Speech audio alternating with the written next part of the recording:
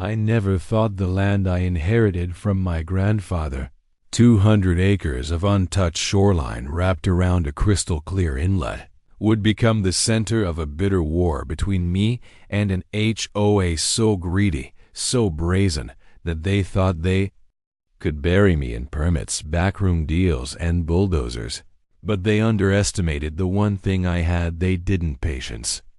My name is Carter Hayes, and the shoreline in question had been in my family for over 3 generations. It was where I learned to fish, where my father taught me to swim, and where my grandfather whispered stories about the underground. Waterworks built during wartime, an old valve system that controlled the tide flow between the wetlands and the sea. Most people thought those tales were just that, stories, but I had seen them with my own eyes when I was a boy. Ancient rusted pipes that disappeared under the sand. Valves and levers no one paid attention to anymore, buried beneath history and the brush. When the Haven Ridge HOA approached me 5 years ago, they came dressed in suits and draped in fake smiles, offering to buy a 5-acre strip along the water for what they called community beautification, claiming they wanted to build a walking trail and bird sanctuary, something to enhance nature. But I wasn't a fool. I told them no flatly, firmly, and repeatedly. The shoreline wasn't for sale. They left politely at first, but soon after I noticed markers in the woods, little flags with surveyor codes, then stakes hammered into the earth, and finally drones buzzing overhead like mechanical vultures. I confronted the local zoning board, and they told me the HOA had filed for ecological restoration permits for adjacent property, which didn't include my land. That was when I realized they weren't trying to buy the land anymore. They were going to take it. Over the next 6 months, the HOA began erecting fences, first along the public access roads, then across easements my family had maintained for 70 years. They redirected the creek, cut down ancient oaks, and ran power lines right through our old barn. I took them to court, and while the local judge sympathized, he claimed the deeds and permits showed everything was in order. But I knew those papers were forged or manipulated. Still, I lost, and I kept losing appeals, petitions, everything. It was like the system was greased for them, and after some digging, I found out why. The HOA president, Meredith Claiborne, had married into the family that owned the biggest construction firm in the state, and her brother-in-law was the city planner. The fix was in from day one. That's when things escalated.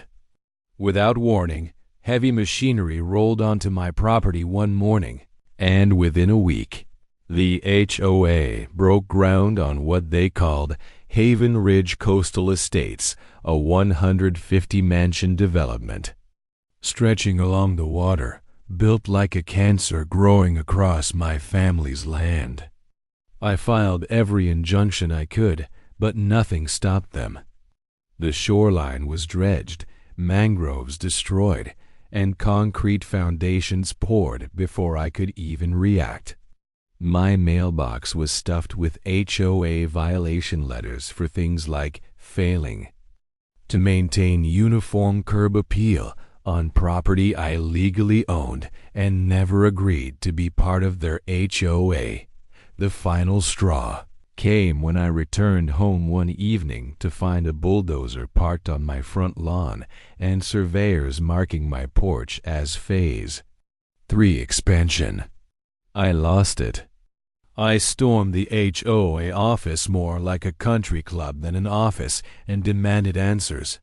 Meredith smiled with that infuriating calm of someone who believes nothing can touch them and said, "Oh, Carter, you should have sold when you had the chance.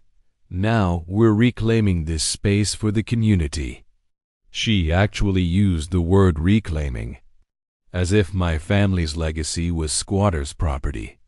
I left without saying a word, but inside I was boiling. That night I walked along the northern edge of my property, where the old storm bunkers still stood beneath the grass-covered hill. I hadn't gone inside in years, not since I was a teenager, but I remembered what was down there, the old valve room my grandfather once showed me.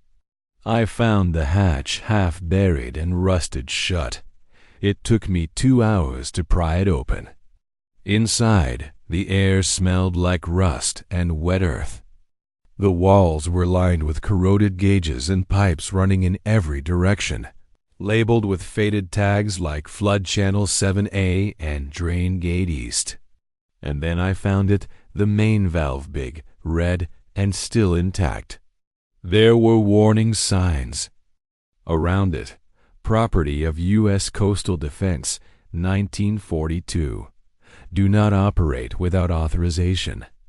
I remembered the story Grandpa told me during the war. This whole coast was rigged to flood in case of invasion, using the tide to destroy enemy landing sites. No one ever removed the infrastructure.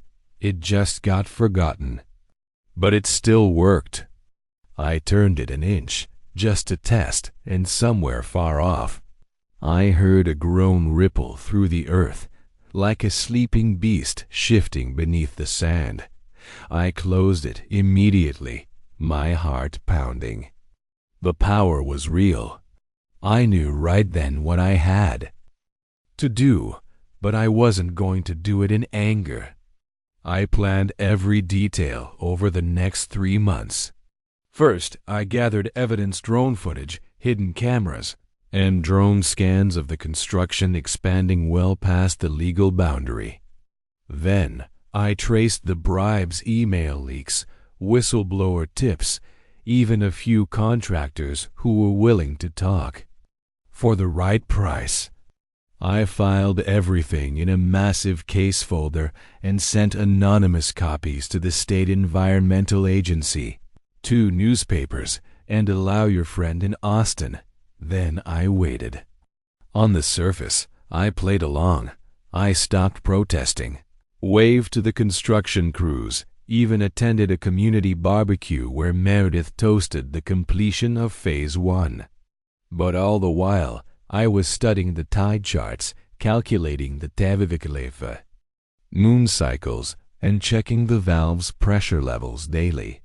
Finally, the day came. A massive rainstorm was forecast for the weekend, a perfect cover. I waited until midnight Friday, after the workers had gone and the police patrols slacked off. I entered the bunker alone, flashlight in hand, and turned the valve 1 full rotation counterclockwise. At first, nothing happened.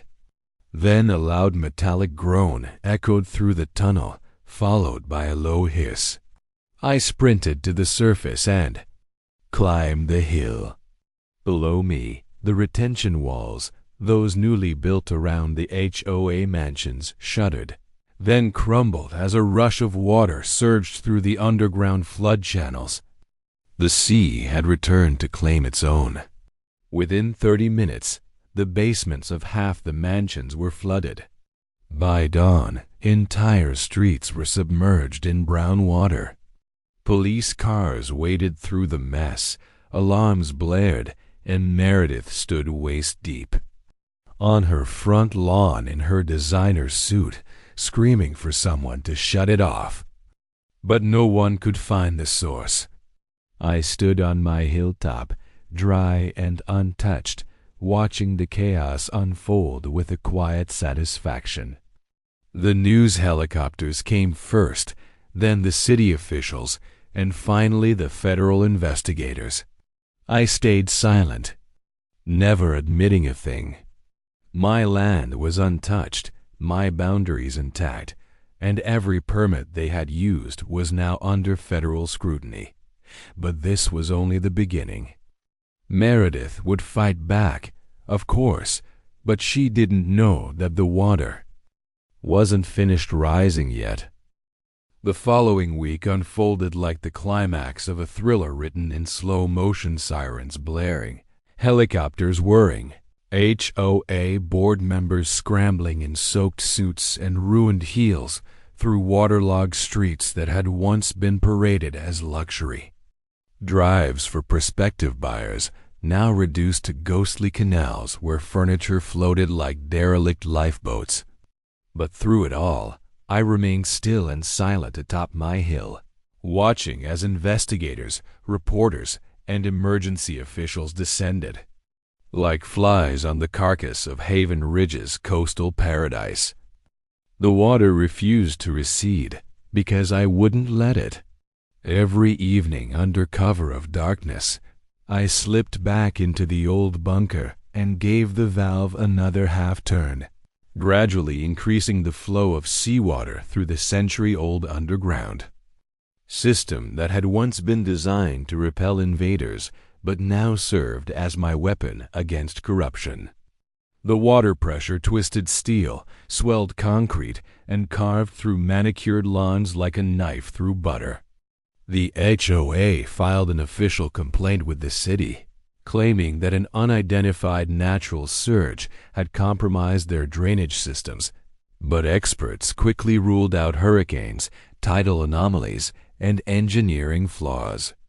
No one could figure it out because no one had access to my bunker or the knowledge passed down from my grandfather about the system that slumbered beneath this land.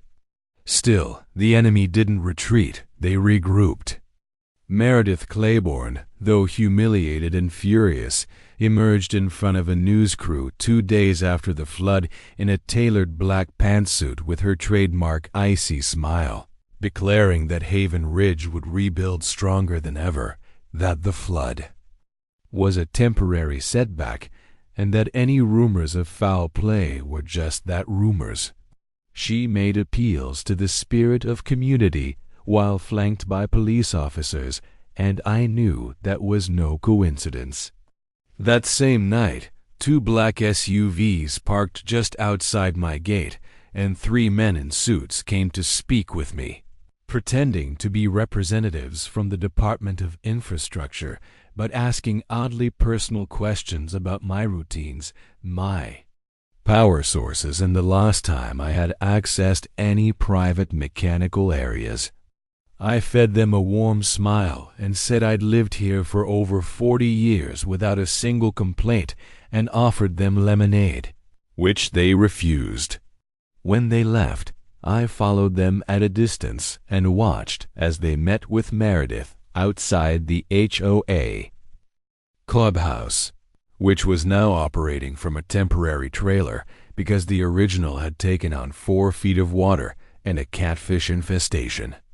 That's when I knew I had to escalate. The HOA was still trying to cover everything up, bribing inspectors, blaming sabotage, and convincing homeowners to stay patient while they restructured.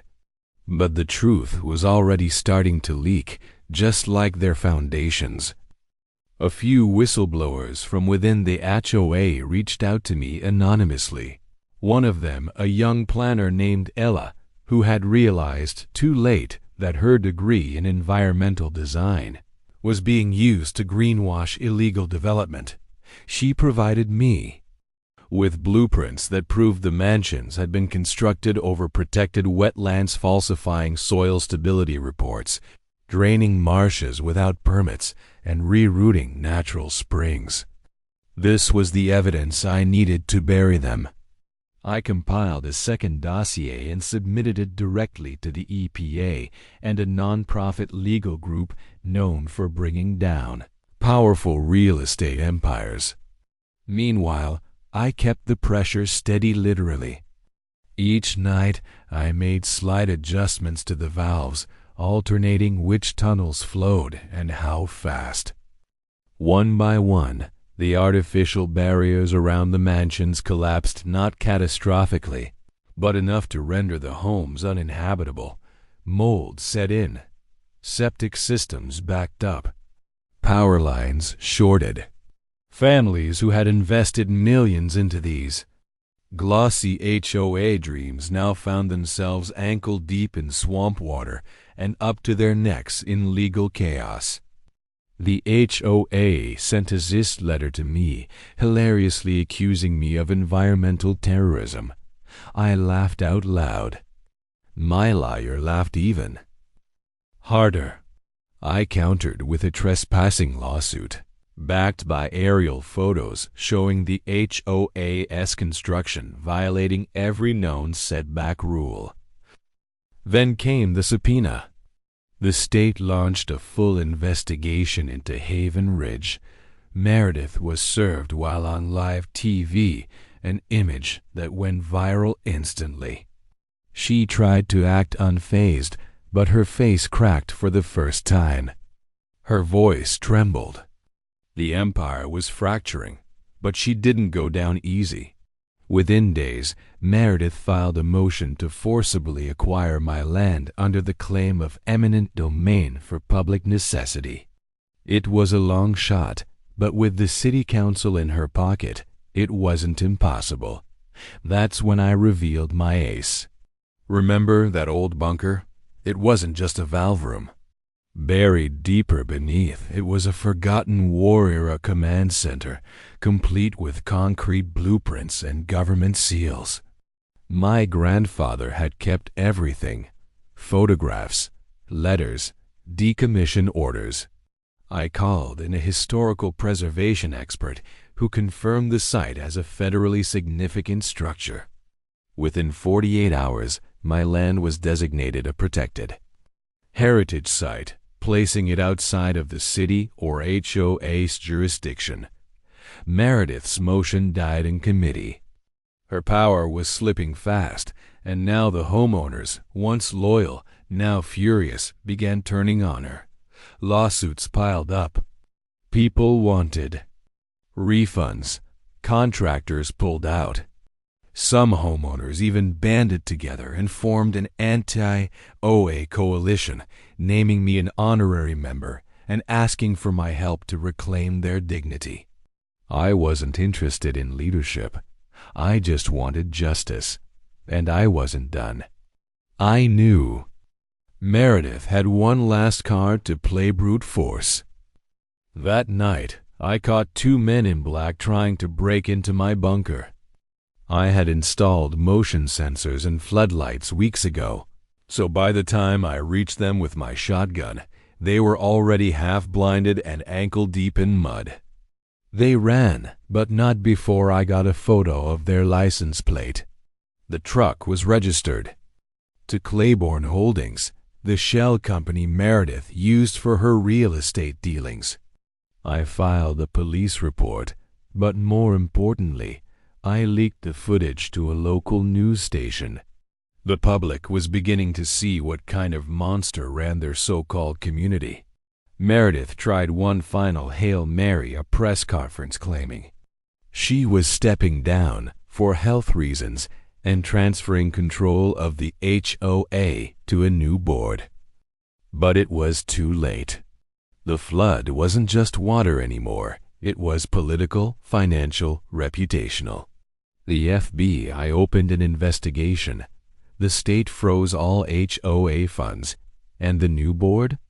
They came to me with a settlement offer, an obscene amount of money in exchange for silence. I declined. I didn't want their blood money. I wanted every last mansion on my shoreline torn down, brick by brick. And that's exactly what was about to happen. With the heritage designation in place and the environmental violations confirmed, demolition orders were issued for over 80% of Haven Ridge's coastal properties. Bulldozers arrived this time on my side. I stood by as the same machines that once stole my land now erased their arrogance. The shoreline began healing. Native plants returned. Birds nested again. And still, the water flowed calm now, no longer a weapon, but a guardian. As for Meredith, she disappeared from public life, her empire shattered, her fortune consumed by lawsuits and fines. But I knew where she really was holed up, in a rented condo far inland, far from the shoreline she once claimed as her kingdom. I wasn't interested in revenge anymore. I had won, not just for me, but for my grandfather, for the land, and for everyone who had ever been steamrolled by arrogance disguised as authority. But there was still one more chapter to write. Because while Haven Ridge was gone, other HOAs across the state were rising, learning from Meredith's mistakes, adapting. And I had more valves, more maps, and more patience than they could ever imagine. My shoreline was safe. But I wasn't just a landowner anymore. I was a quiet force of nature. And nature, once awakened, does not sleep again. I never intended to become a legend. But when you dismantle a $400 million waterfront HOA empire with nothing more than blueprints, patience, and a rusted valve built during World War II, people start telling stories about you, some true, some inflated, but all of them echoing one undeniable fact. I took back what was mine, and I did it without ever raising my voice or swinging a hammer, just the slow, deliberate turning of a forgotten wheel buried in the bones of the earth. And yet, even as Haven Ridge fell into ruin, and the last mansion was reduced to concrete rubble and steel bones, I knew this victory wasn't just personal, it had become a movement. The moment video footage of the HOA's final demolition aired filmed from my drone and leaked anonymously to every major network, the internet lit up with hashtags like #ValveJustice and #FloodTheGreed. Overnight, I went from being a quiet landowner to an urban legend. I didn't want the fame, but I couldn't deny the power it brought. People from all over the country began emailing me, calling me, sending letters by the dozens. Farmers in Texas, retirees in Florida, ranchers in Wyoming, they all had stories. Horror stories. HOAs that fined them for planting tomatoes, for parking their trucks an inch over a line, for daring to hang a flag that didn't match the approved HOA, a color scheme. They didn't want vengeance. They wanted hope. They wanted someone to tell them they weren't crazy, that what was happening to them wasn't just legal, it was evil disguised as order. And so, reluctantly, I stepped forward. I formed a nonprofit called The Silent Valve, built not to destroy but to expose. We provided resources, legal aid, media coverage, and most importantly, a voice for those who'd been silenced by red tape and architectural review boards. But behind the scenes, I was still haunted by something unfinished business that hadn't washed away with the HOA signs. You see, the old flood system beneath my land didn't stop at the bunker. It stretched miles in every direction, and when I finally brought in experts with ground-penetrating radar and historical schematics, they discovered an entire network of storm control tunnels stretching under the entire county, some sealed, some open. All abandoned since the 1950s. It turned out my family's land had once been the command nexus for an experimental coastal defense project, and while most of it had been decommissioned, the infrastructure remained untapped, unknown. That's when the real idea hit me. What if I could use that infrastructure to protect others, not by flooding, but by preventing floods? I started quietly buying up abandoned shoreline lots, parcels no one wanted because of erosion or bureaucratic entanglements.